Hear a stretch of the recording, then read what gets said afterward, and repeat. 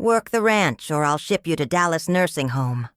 That's what my son Clayton said to me, cold as a January morning without so much as blinking an eye.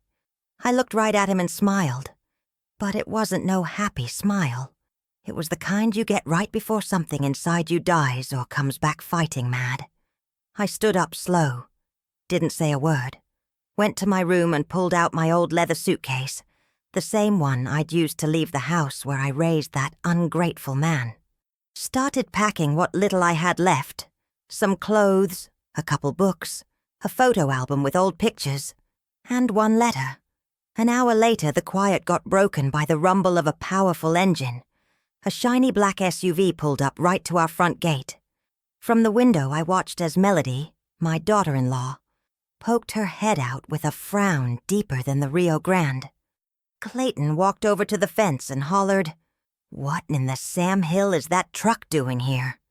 I didn't answer, just grabbed my suitcase, shut the door to that little room I'd been living in, and walked out with my head held high. But to understand how we got to this point, you gotta go back with me many years. Back to a time when I wasn't a burden, but a mama who'd do anything for her son. Clayton was my only child. His daddy Marcus died when he was just 3 years old. Car wreck on a wet highway. The sheriff told me it was instant, but it didn't feel that way to me. Took me more than 10 years to breathe, without pain again. From that moment on, my whole world revolved around Clayton. I worked as a teacher at the public school, gave private lessons in the afternoons, and weekends I sold, used books at the town market. All so that boy wouldn't want for nothing. And he didn't want for nothing.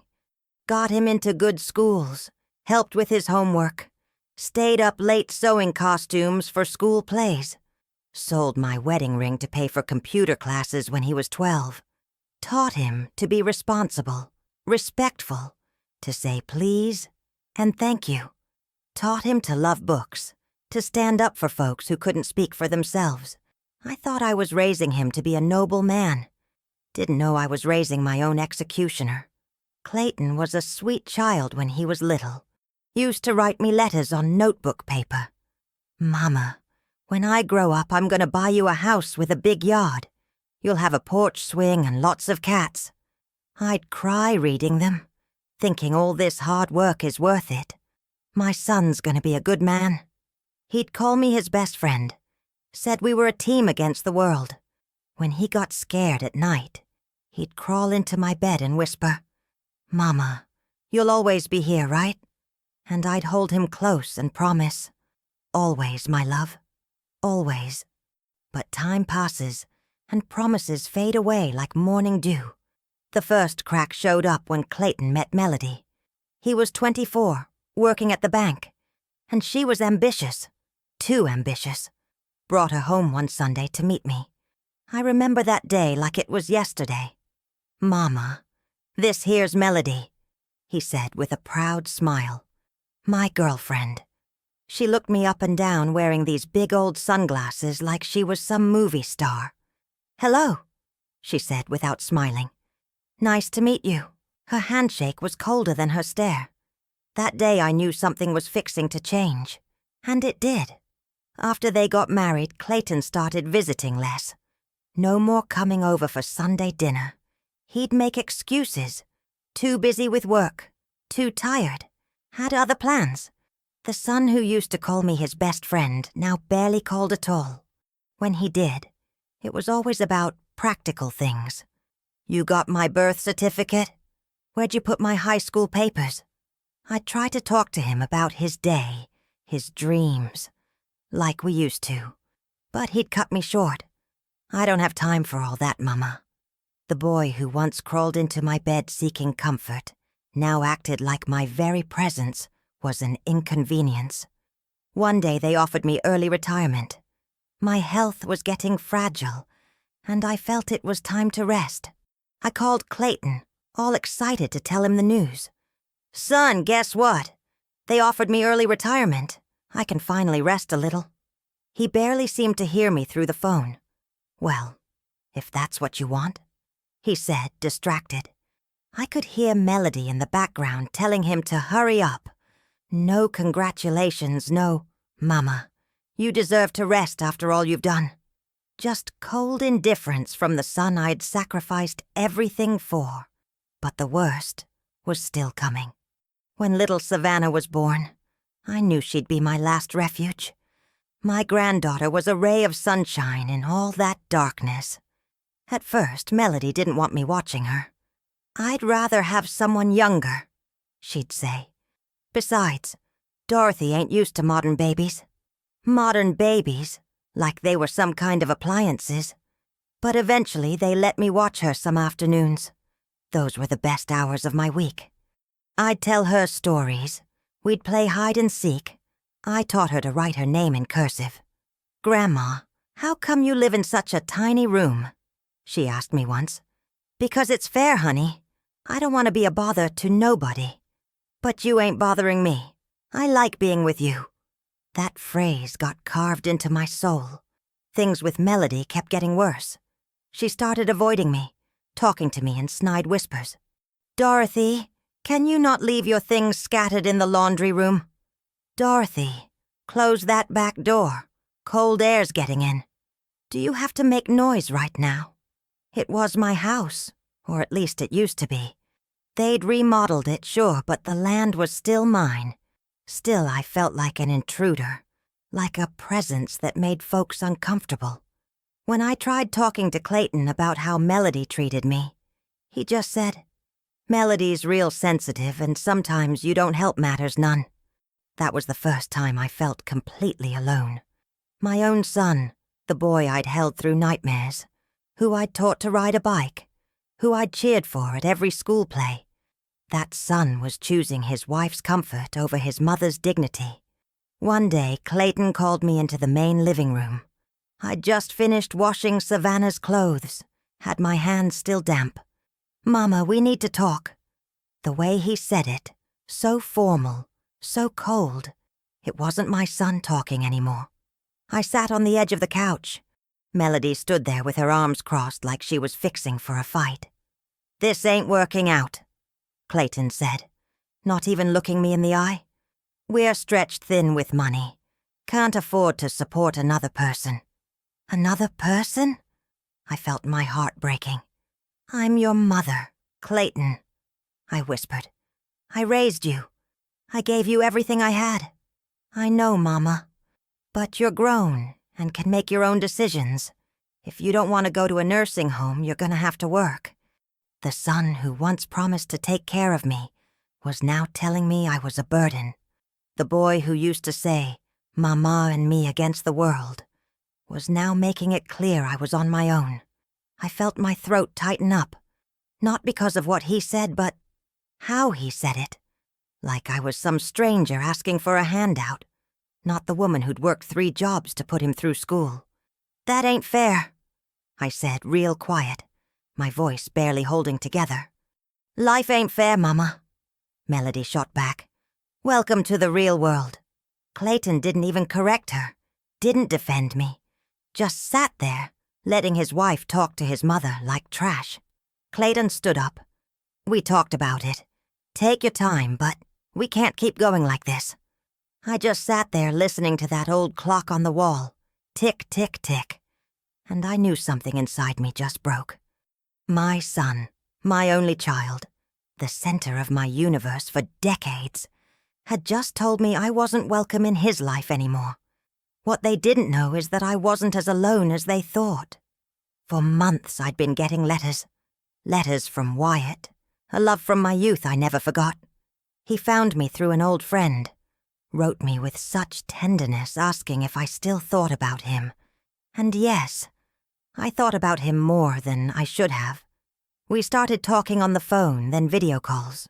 He lived down south, had cattle ranches and vineyards, been widowed for 6 years. "I never stopped loving you, Dorothy," he told me one night. "And if you'll let me, I want to see you again." That phrase was like a hand reaching out in the middle of a deep canyon. When Clayton told me I needed to get a job, I'd already made my decision. I wasn't gonna beg, wasn't gonna scream, Wasn't gonna make a scene. I just smiled, went to my room, opened that suitcase, packed my things, looked at myself in the mirror. I had wrinkles, yes. Hair more white than brown. But I also had something I'd lost years ago. Courage. And then it happened. The roar of that engine, Clayton and Melody's footsteps heading to the window. The horn beeping. A tense silence. A quick look from Savannah, who came running from the kitchen. "Grandma, is that car here for you?" I bent down, hugged her tight, whispered in her ear, "Don't ever let nobody tell you what you're worth. Not even your own blood." I stood up and walked to the front door. Didn't look back. Clayton stood by the gate with a deep frown. Melody had her arms crossed, lips pursed like she'd bit into a lemon. Savannah watched me from the hallway with those big honey-colored eyes. I didn't say nothing. I didn't owe them my words. I pushed through that iron gate and felt the cold wind hit my face. The SUV was there. A black Chevy Suburban shining like the night, engine still running like it knew I wasn't changing my mind. The back door opened, and there he was, Wyatt. "Good afternoon, Dorothy," he said, stepping out with class. "I was waiting for you." I saw Melody frown even deeper, like she couldn't understand what was happening. Clayton took a step forward. "Who the hell is this guy?" he asked, raising his voice. Wyatt extended his hand to me. I took it. "Wyatt Rivers," he answered without looking at my son. "I'm a friend of your mother's, and I came to get her. She don't have nothing left to do here." The word mother seemed to hit Clayton like a slap. He blinked like he was trying to understand what he was seeing. Then he spoke to me. "What are you doing? You leaving with some stranger just like that?" I looked at him, and for the first time, I spoke. "I ain't leaving with a stranger. I'm leaving with somebody who sees me, who listens to me, who values me. Something you stopped doing a long time ago." Melody let out a sarcastic laugh. "Good Lord, this is like some soap opera. Bet she's running off with some rich old fool." Wyatt smiled politely, but his eyes had an icy firmness. "Ma'am, y'all started the soap opera when you decided to treat this woman like she was garbage. Today's just the season finale. Better get ready for what comes next." He helped me into the SUV. I closed the door, and from the window I saw Savannah running toward the gate. "Grandma, wait."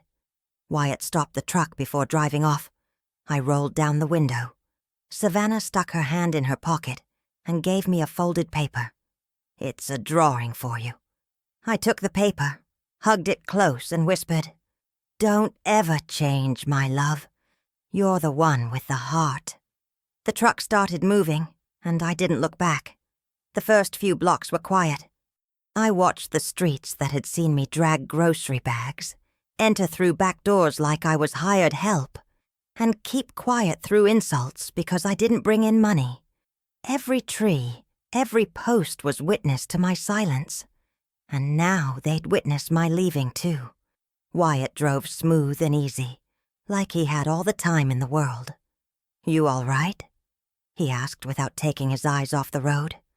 I nodded, though I wasn't sure if it was true. "Don't know if I'm all right, but I'm awake, and that's a miracle." He smiled, took my hand gentle-like. "You want to go straight home or get something to eat first? You got time?" "I got my whole life." I laughed. After so long, I really laughed. And then I knew. I wasn't that woman who walked with her head down anymore. I was someone else. Or better yet, I was becoming who I used to be before the fear took over. We went to a little diner on the highway, small, warm, with big windows and the smell of fresh-baked bread. Sat by the window. Wyatt ordered 2 coffees and some biscuits. "You remember the first time we went to a place like this?" he asked. "Sure do. I ordered tea with lemon, and you said that wasn't for happy folks." He laughed. "And you told me? Then I'm a proud, sad woman." We both laughed, but then the quiet came back. Wyatt looked me in the eyes. "Dorothy, did they hurt you bad?" I swallowed hard, Felt something breaking inside. Don't know if it was hurt or just abandonment. Years of little things, looks, comments, doors closing, favors that turned into debts. I just faded away, Wyatt, like a candle burning out with nobody noticing. I noticed, he said, and right then I started crying. Cried for everything I kept quiet about, for every Sunday I ate alone, for every time I pretended not to hear Melody call me a burden, for every hug Savannah wanted to give me that her mama stopped, for every promise Clayton forgot. Wyatt didn't say nothing, just held my hand, and I understood that sometimes silence doesn't hurt. Sometimes it heals. Hours later we got to his place. And when I say place, I don't mean some fancy mansion with marble columns. It was a ranch house, big, rustic, surrounded by vineyards that sparkled under the evening sun. Had a long porch with rocking chairs, huge windows, and a library that looked like something from a dream. "This is your room," he said, opening a door. It was warm, with white sheets and a hand-woven rug. On the nightstand was a bunch of bluebonnets. "Bluebonnets?" I asked. "Your favorites," Wyatt answered. I didn't know what to say, just touched the petals. You deserved everything they kept from you. That night we ate together, hot soup, homemade bread, and red wine that Wyatt made in his own vineyard. We talked about books, old movies, our youth. At one point he looked at me serious-like. "You know what hurt me most? That you never looked for me. 40 years passed and I never heard from you." I was scared, I admitted. And then life happened. I gave so much to others I forgot about myself. He nodded. "But you're here now, and I promise you, long as I draw breath, nobody's ever gonna make you feel invisible again." The next few days were like medicine. For the first time in decades, nobody yelled at me. Nobody corrected how I hung clothes or left lights on or read late into the night. I was free, and in that freedom I started remembering who I was. I started writing again. Little stories, poems, random thoughts. Wyatt encouraged me, read to me, asked me questions. Sometimes I'd wake up to coffee in bed, other times to wildflowers. But like everything in life, the past don't always stay buried. One afternoon while I was reading on the porch, my phone buzzed. Unknown number. "Hello." Silence. Then a voice I knew right away. "Mama, it's me. Clayton." I went cold as stone. "What do you want?" "Can we talk, please? Don't know if I got anything to say to you. Please, it's important." I sighed. Something in his voice worried me. He didn't sound arrogant. He sounded broken. "What is it?" "Melody left me," he said. "She said she couldn't stand all this, that I wasn't man enough, and she left me the house and Savannah. I had to sit down. The world seemed to spin backwards. And what's that got to do with me? I don't know what to do. Savannah cries all day, asks for you. I can't handle everything. I feel lost." There was a long pause. I could hear him breathing. "I need you, Mama." I stayed quiet. I'd waited for those words for years, but now they didn't hurt anymore.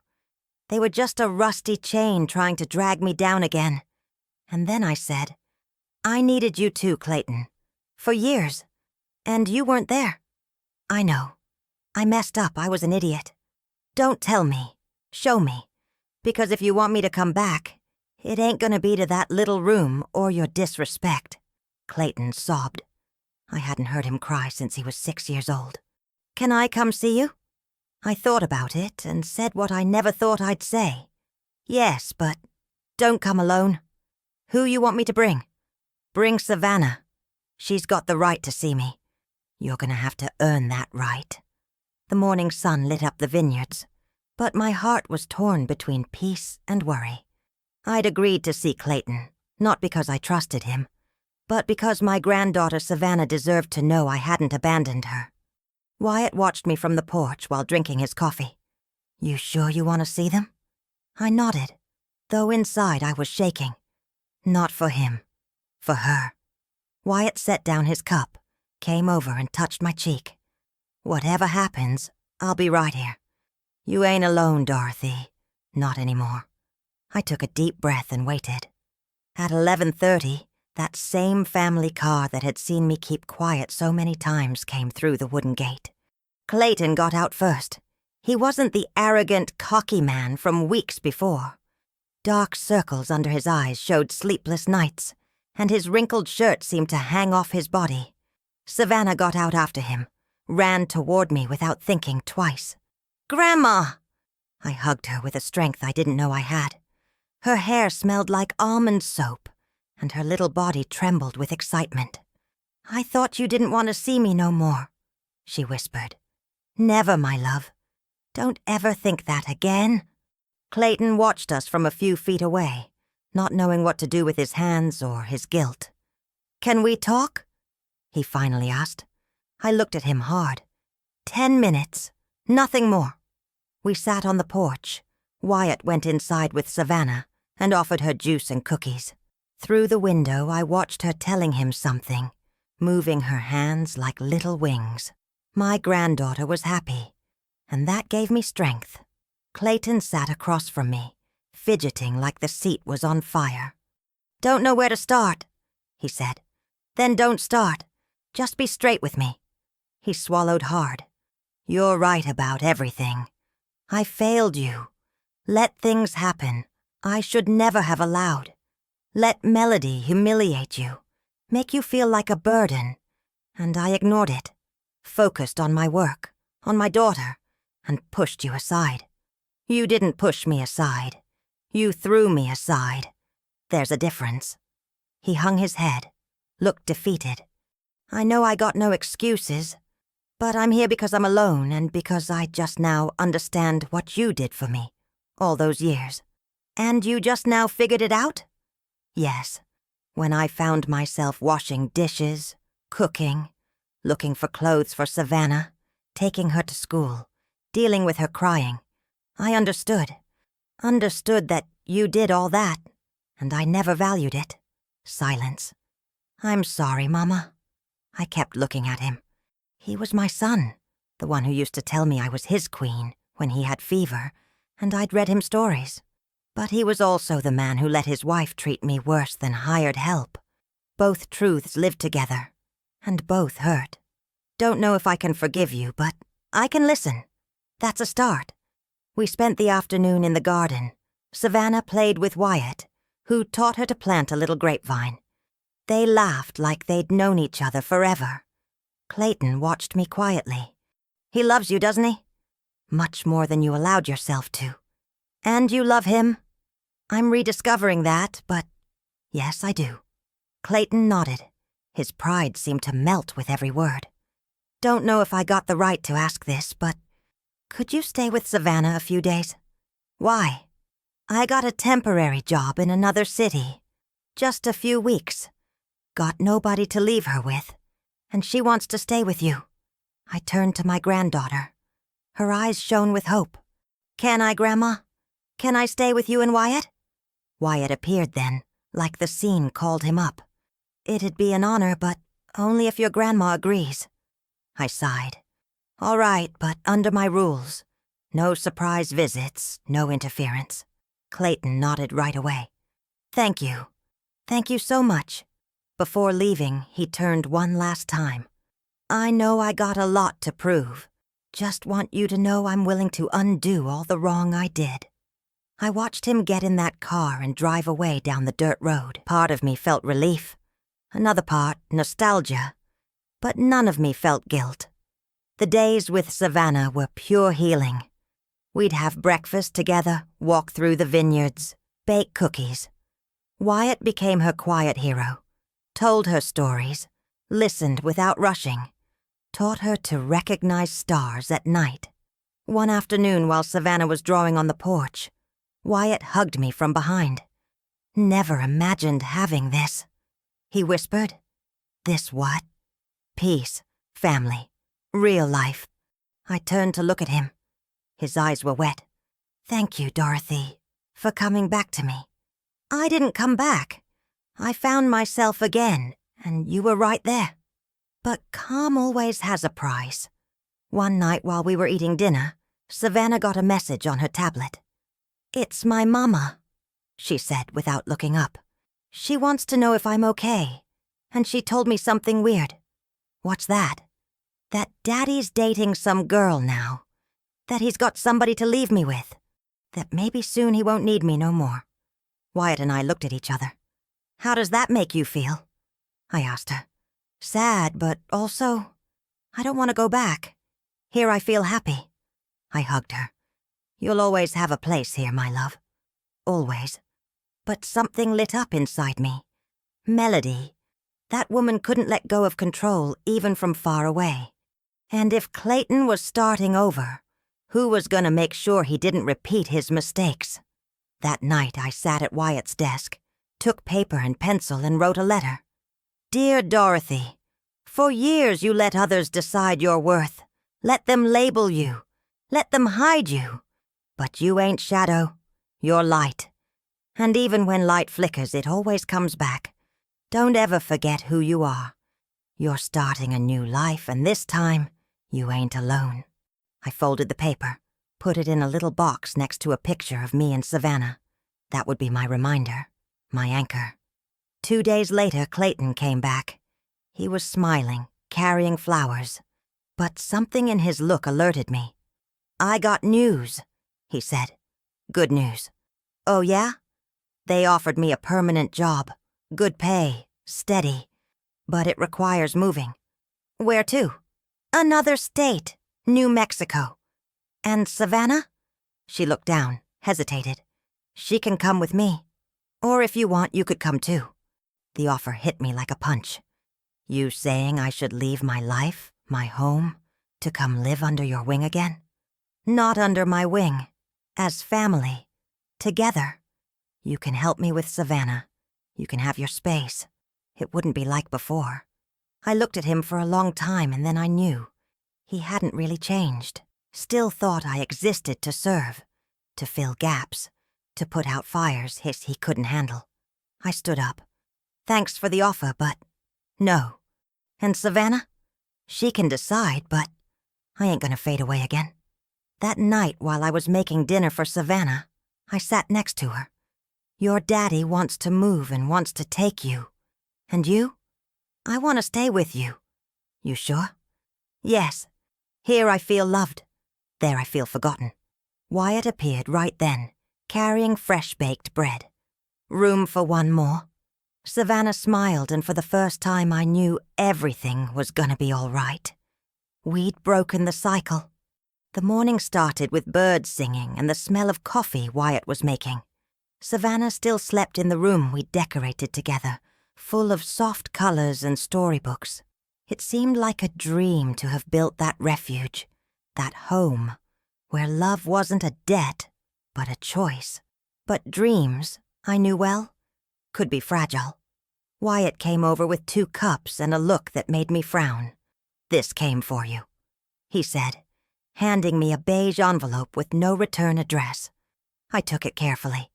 Wasn't odd for neighboring ranches to send invitations to events or tastings. But when I opened it, I knew it wasn't that. It was a formal letter, cold, precise. "By means of this letter, you are hereby notified that Mrs. Melody Walters has initiated legal action for complete custody of minor Savannah Walters, arguing unlawful retention, emotional manipulation, and an environment unfit for child development." I felt the ground open under my feet. "What is this?"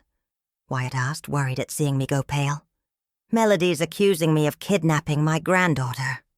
Wyatt read the letter with a deep frown. His jaw tightened. "It's a dirty move, but I ain't surprised. I knew something like this might happen."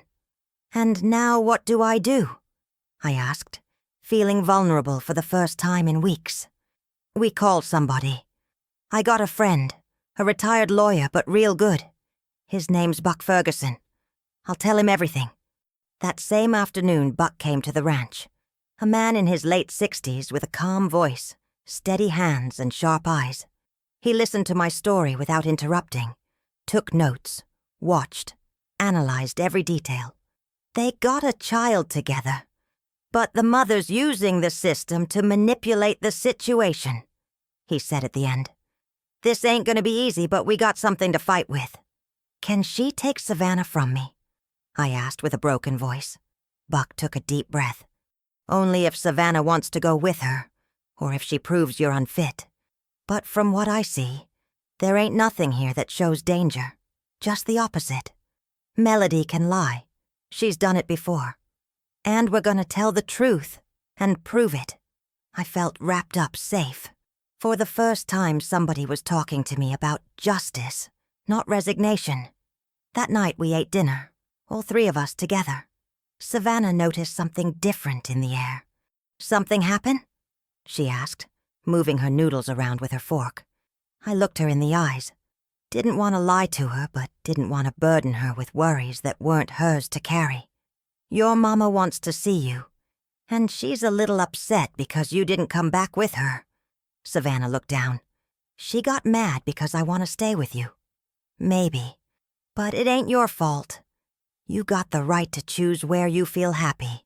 She got up, hugged me tight, and whispered, I don't want them to take me away from here.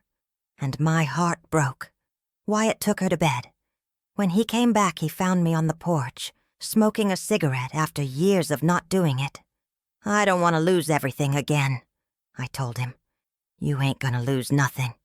Now you got somebody backing you up and you ain't alone, Dorothy. This time we're gonna fight together. Days passed and more documents came. Melody hired an aggressive lawyer, one of those who smell fear. The accusations were cruel. Manipulation, parental alienation, even neglect. Buck prepared a perfect defense. Photos, testimonies, school reports. But most important, he asked for something key. That Savannah could talk to an independent psychologist. She'd be heard. And that could change everything. Clayton, for his part, seemed caught in the middle. He wrote me a short message. I don't agree with what Melody's doing, but I also don't want more fighting. Hope we can resolve this without hurting Savannah.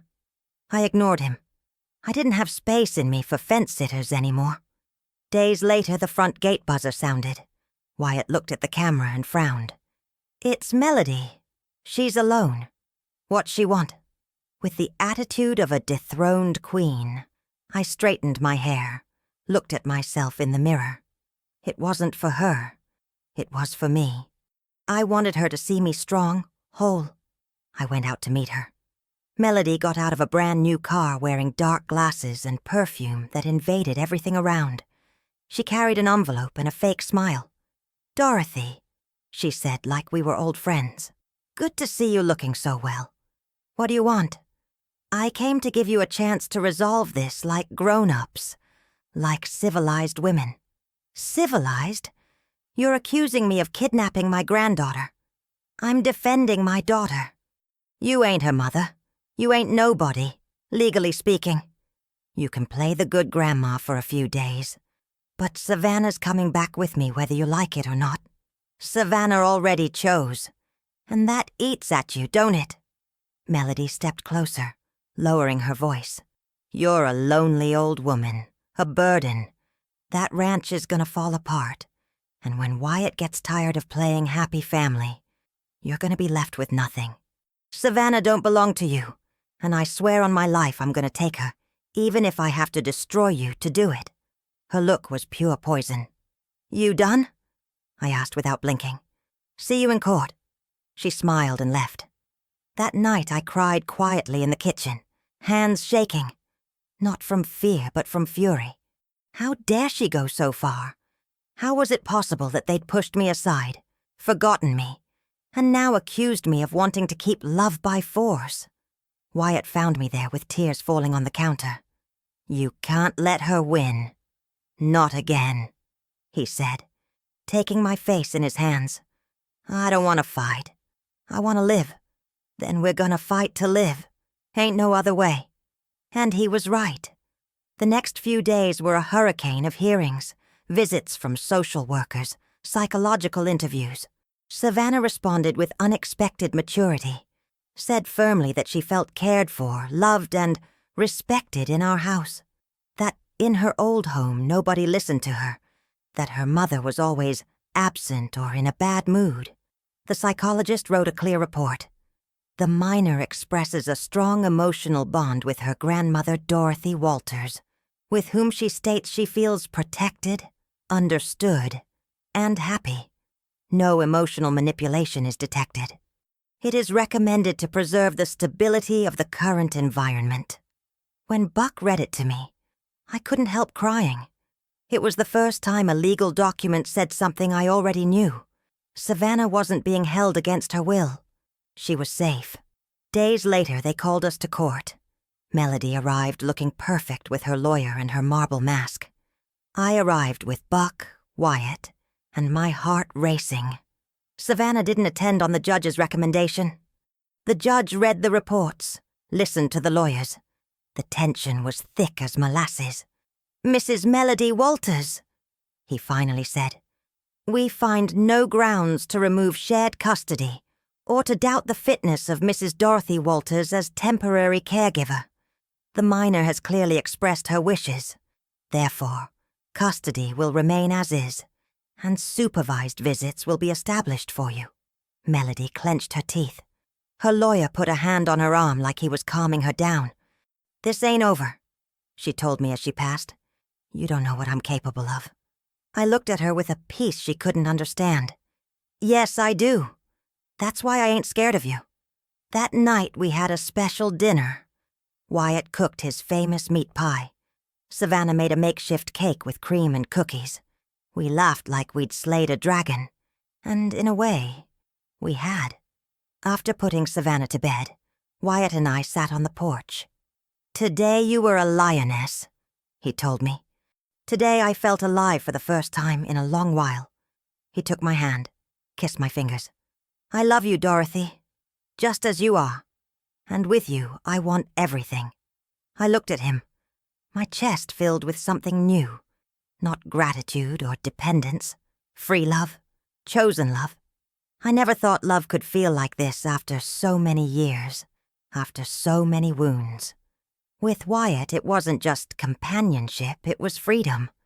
It was knowing somebody looked at me and really saw me. For weeks we lived a tense calm. Melody's threat seemed to have faded after losing in court, but inside I knew she hadn't given up. That woman didn't know defeat. She only knew how to hide and attack again. And that attack didn't take long. It all started with little signs. One day the principal of Savannah's school called me.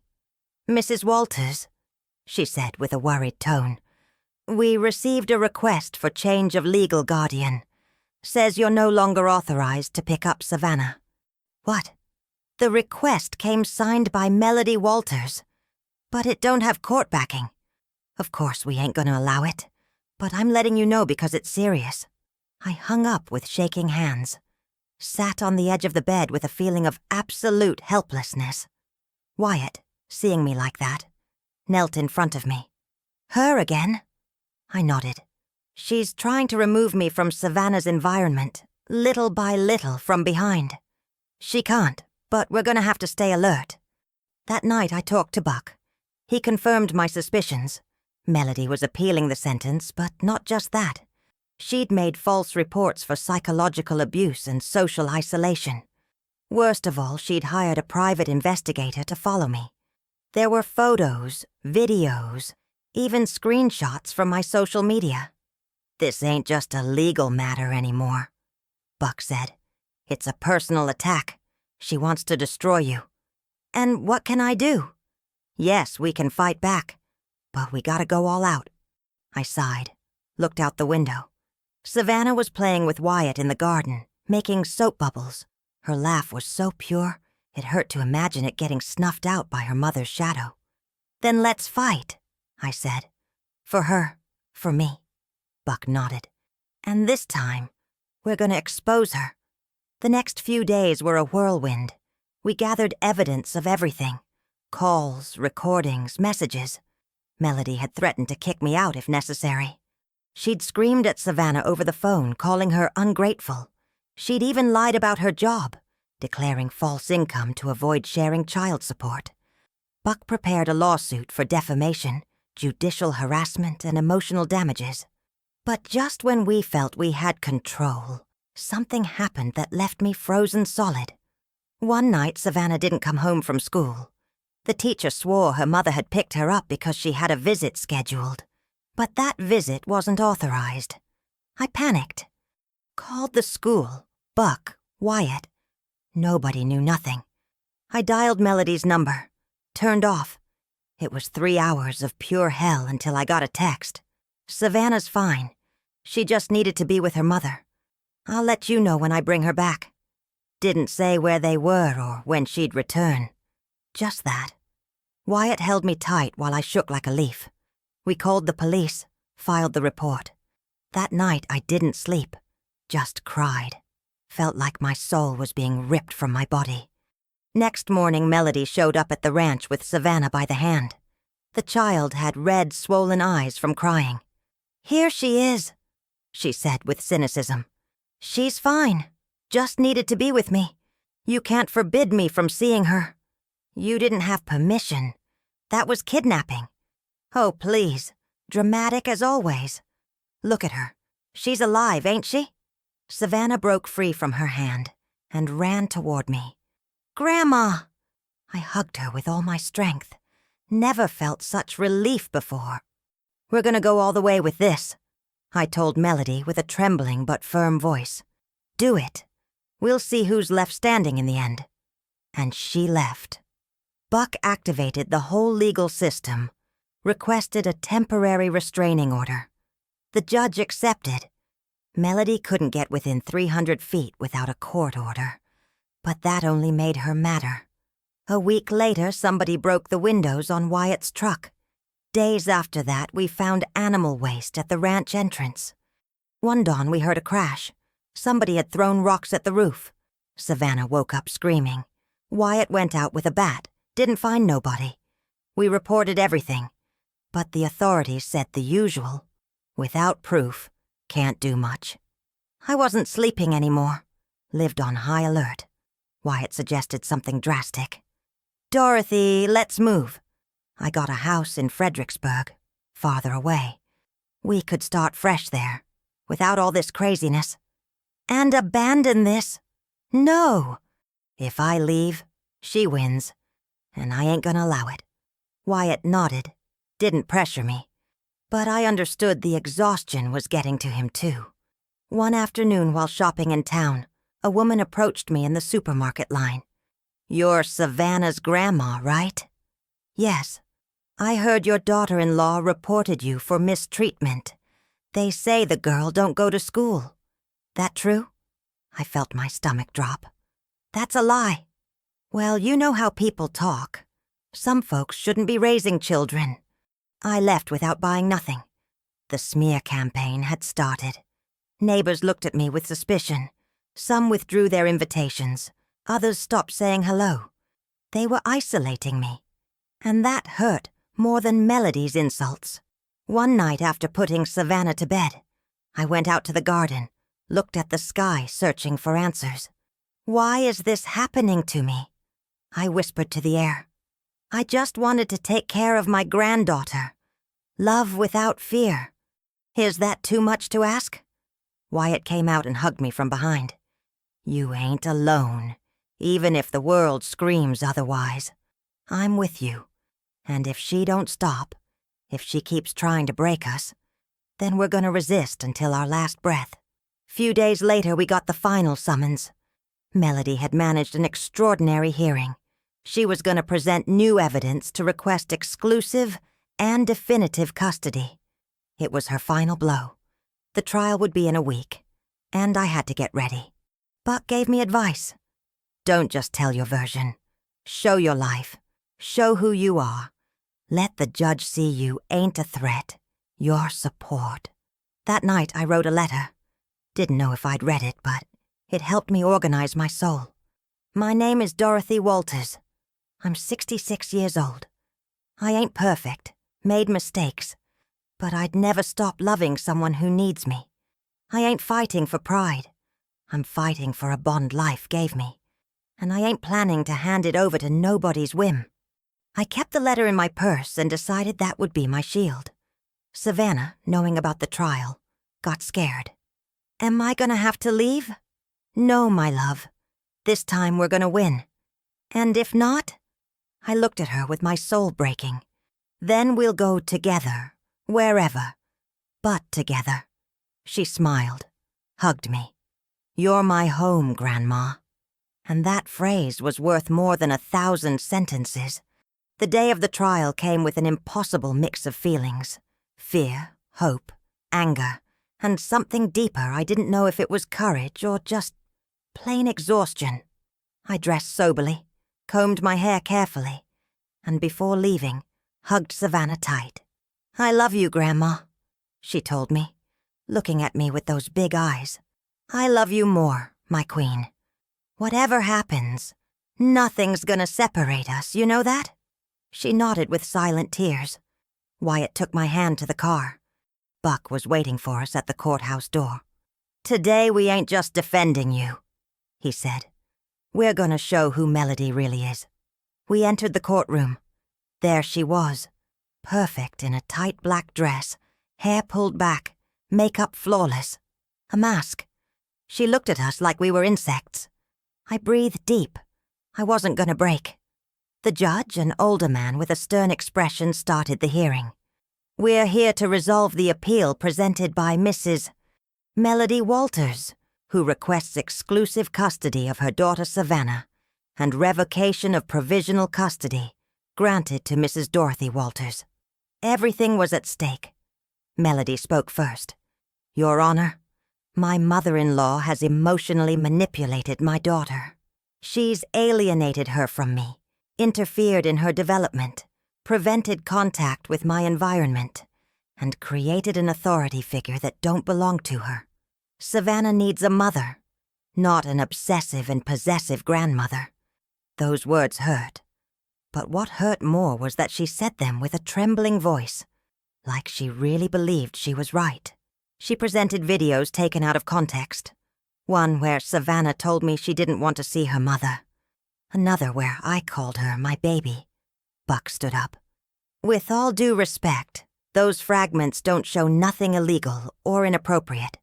Showing affection or respecting the wishes of a child who suffers distress when seeing her mother don't constitute alienation. The judge nodded without showing judgment. Then Buck counterattacked, called Savannah's teacher to testify. She said the girl had come to school crying many times after visits with her mother, that she'd shown fear, and once told her, "My mama yells at me if I talk about my grandma." Melody denied everything, acting all indignant. Then a neighbor testified who'd heard Melody screaming when she came to get the girl. A brave old lady said, "It ain't fair. Dorothy raised that child with love. That girl, the mother, only shows up to cause trouble." Then Buck asked that they listen to Savannah's testimony, recorded by the court psychologist. The room went silent. My grandma takes care of me, reads me stories, hugs me when I'm scared. With my mama, I get scared. I don't want to live with her. The words were soft, but the impact was brutal. Melody went pale. Buck closed with strength. We ain't asking that she lose her right to be a mother, but that the child's well-being be prioritized. And that well-being is without a doubt with Dorothy. Finally, the judge let me speak. I stood up with the letter in my hand. Your Honor, I didn't come here to fight for pride. I came because I couldn't sit back while a child was being torn from her only safe refuge. I read the whole letter. Every word came from the deepest part of my soul. I ain't perfect, but I've given everything for Savannah. I've protected her with my body, my time, and my love. I ain't asking for recognition. I'm just asking that you let me keep taking care of her like she needs, like I need. When I finished, the judge looked down. The room was dead quiet. He sighed, paused long, then spoke. This court rules that the provisional custody granted to Mrs. Dorothy Walters is maintained and becomes definitive. The biological mother will maintain a supervised visitation schedule and must begin therapeutic treatment before requesting any future modifications. I felt the world stop.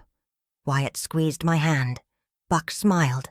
And Melody stayed frozen like she couldn't understand what just happened. The judge added, "This court also recommends that the plaintiff refrain from making unfounded legal actions or defamation campaigns under penalty of more severe sanctions." We'd won. Outside the courthouse, Savannah was waiting with Wyatt. When she saw me, she ran toward me with a huge smile. "Can we go home now?" "Yes, my love. We're free now." I hugged her, felt her heart beating against mine, and knew that whatever happened, nothing could break that bond. Melody came out minutes later, looked at me with pure hate. "Enjoy your victory. It ain't gonna last." "It ain't a victory," I told her calmly. "It's justice." "This ain't over, you ridiculous old woman." "Yes, it is, even if you don't accept it." She turned around and walked away with furious steps. I watched her disappear into the crowd. For the first time, I didn't feel fear. I felt pity, because she'd lost everything to pride and didn't know how to love. The following days were tense calm. I still looked over my shoulder, but Wyatt convinced me to install cameras at the ranch. We also hired an extra lawyer for any eventuality. Little by little, the community came back around. Some apologized, others just stayed quiet, embarrassed. But I didn't hold grudges. I just wanted to move forward. Savannah went back to her classes happy, started drawing again, singing, playing without fear. I also started smiling again. With Wyatt, we shared long afternoons in the garden, talked about life, the future, the love that had come when we least expected it. One afternoon while watching the sunset, he took my hand. "I love you, Dorothy. And I love you. Will you marry me?" I looked at him. Couldn't believe it. "You crazy." "Yes, crazy about you." We laughed and I cried. Said yes. The wedding was intimate. Just a few friends, Buck, and of course, Savannah, who carried the rings and cried with emotion. Never imagined wearing white again, but I did. Not for tradition, but as a symbol of being reborn. Inside me there weren't ruins anymore, just seeds of something new. Some months later, a black pickup stopped in front of the ranch. Savannah and I were planting flowers. Wyatt was reading the paper under the porch. A man in a suit got out of the vehicle. "Mrs. Dorothy Walters." "Yes, I'm from Horizon Publishing. We got a proposal for you." "Publishing?" "We read your letter. The judge shared it with us at a legal forum. Moved us deeply. We'd like to publish it, and if you're willing, accompany it with your complete story." I stayed speechless. "My story?" "Yes. We believe many women need to read it. See that you can resist, that they ain't alone." Savannah squeezed my hand. Wyatt came over smiling. "What you gonna tell him?" "That, yes," I said, because I ain't scared anymore of telling who I am. I accepted the publisher's offer without knowing exactly what I was getting into. Never wrote nothing longer than a grocery list. But when I sat in front of that blank notebook, words started flowing by themselves, like they'd been waiting years for their turn to breathe. The first sentence I wrote was, "My name is Dorothy Walters. They told me I was old, that I was a burden, that I should keep quiet. But one day I decided to stand up.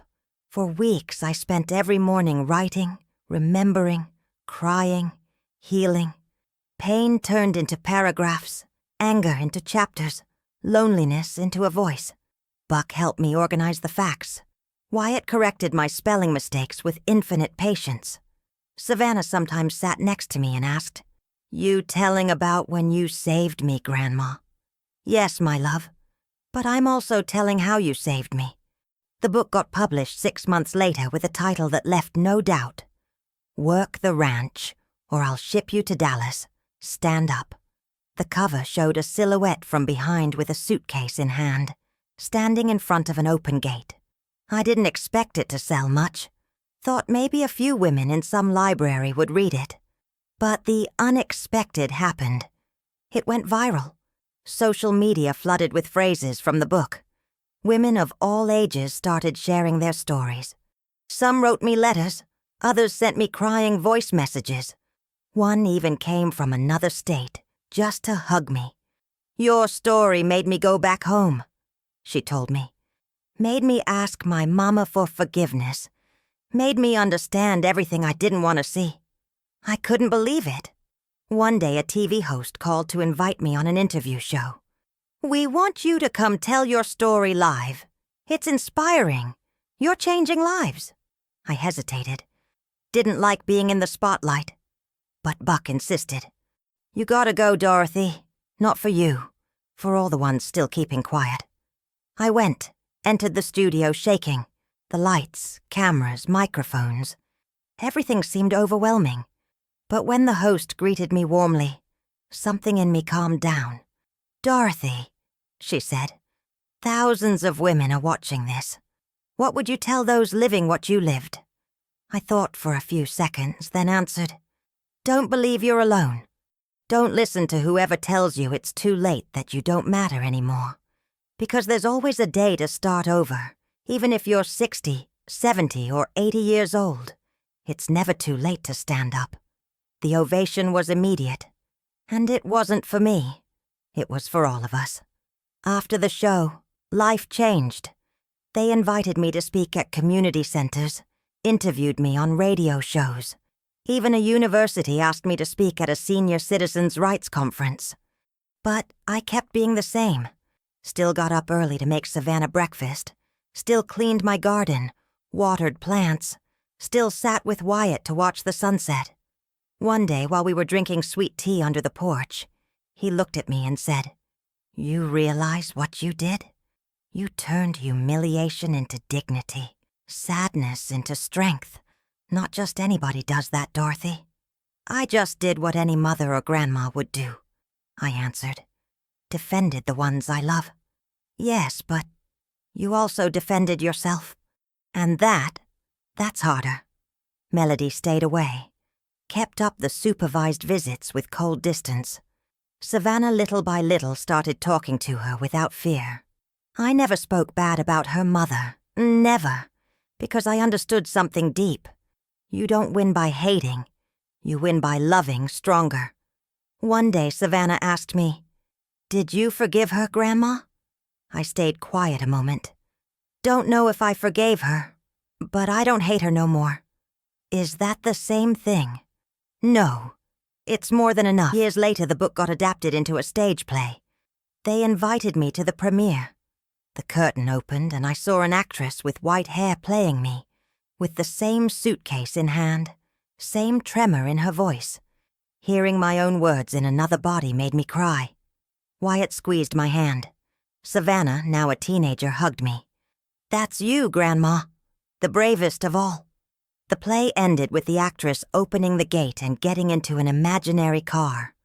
The audience gave a standing ovation. That's when I understood. My story wasn't just mine anymore. The last recognition came when they gave me a Citizen Merit Medal. In the speech, the mayor said, "Today we honor a woman who taught us that old age ain't synonymous with uselessness, that motherhood has no age, and that love can overcome any sentence." I went up to the microphone. I didn't shake anymore. "Thank you for this recognition, but I want to say something more.